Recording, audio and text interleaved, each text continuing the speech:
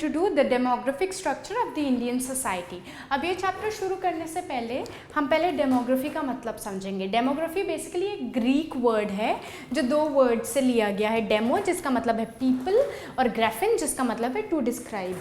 इसका मतलब निकलता है डिस्क्रिप्शन ऑफ पीपल जब हम लोगों को डिस्क्राइब करते हैं.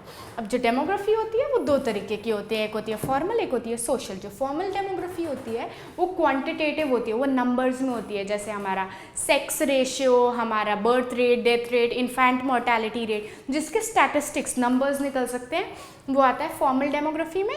और सोशल डेमोग्राफी में वो आता है जिसके नंबर्स नहीं निकलते हैं, जैसे पॉलिटिकल एस्पेक्ट्स, सोशल एस्पेक्ट्स एक सोसाइटी के क्या हैं जो बेसिकली नंबर्स पे काउंट नहीं हो सकता है, वो सोशल डेमोग्राफी में आता है.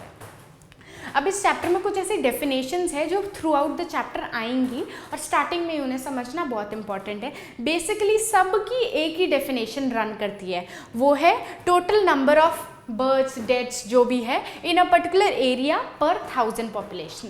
जैसे हम स्टार्ट करते हैं बर्थ रेट से, तो टोटल नंबर ऑफ बर्थ्स, जितनी भी बर्थ्स हुई हैं एक पर्टिकुलर एरिया में पर 1000 पॉपुलेशन, ऐसे निकलता है हमारा बर्थ रेट. हमारा डेथ रेट भी उसी तरीके से निकलता है, total number of deaths in a particular area पर 1000 पॉपुलेशन, उससे हमारा डेथ रेट निकलता है.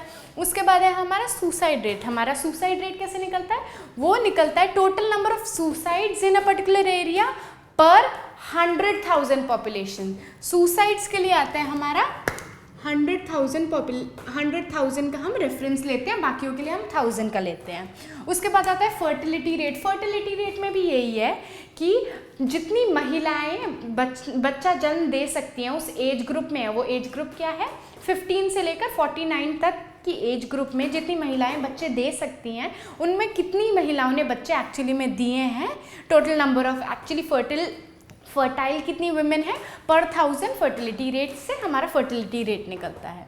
आता है अब infant mortality rate. Infant mortality rate में ये निकालते हैं हम कि कितने बच्चे 1 साल की उम्र से पहले मर जाते हैं. मतलब टोटल नंबर ऑफ जितने भी बच्चे हुए हैं पर 1000 पॉपुलेशन में से जितने मर गए हैं 1 साल की उम्र से पहले, उससे निकलता है हमारा infant mortality rate. Maternal mortality rate भी वैसे ही निकलता है कि कितनी महिलाएं बच्चा जन्म देते समय मर गई हैं पर 1000 महिलाएं जिन्होंने बच्चा जन्म दिया है एक पर्टिकुलर एरिया में, उससे हमारा मैटरनल मोर्टेलिटी रेट निकलता है.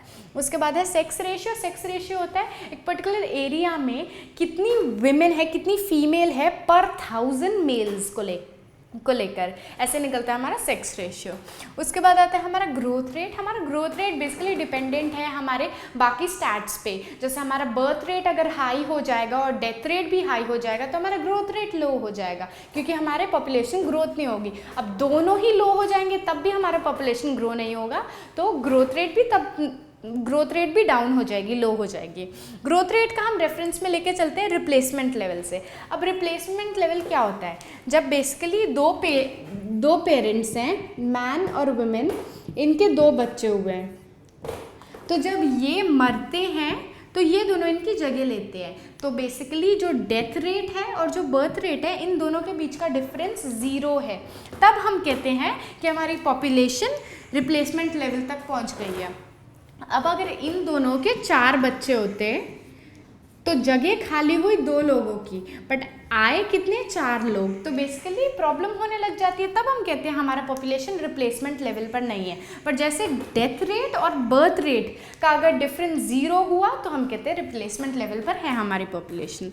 उसके बाद आता है डिपेंडेंसी रेशियो. अब हमारे इंडिया में क्या हर पॉपुलेशन में 2 तरीके के रेशियोज होते हैं. एक डिपेंडेंसी रेशियो होते हैं और एक होता है हमारा वर्किंग फोर्स.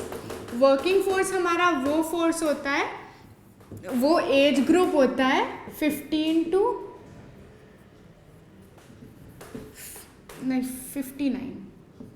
59 जो बेसिकली काम कर सकते हैं, जो करते हैं. जैसे 15 से पहले 1 to 15 के बच्चे डिपेंडेंट होते हैं, वो वर्किंग फोर्स में नहीं आ सकते हैं. और 60 के ऊपर जो सीनियर सिटीजन्स होते हैं वो भी डिपेंडेंट होते हैं, वो वर्किंग फोर्स में नहीं आ सकते हैं. तो बाकी जो 15 से 59 तक हमारा फोर्स है वो काम करने की उम्र में है, वो काम कर सकते हैं. इसलिए इंडिया को यंग इंडिया कहा जाता है, क्योंकि इंडिया का वर्किंग फोर्स जो है वो उसके डिपेंडेंस के नंबर से बहुत ज़्यादा, डिपेंडेंसी रेशियो से काफ़ी ज़्यादा है.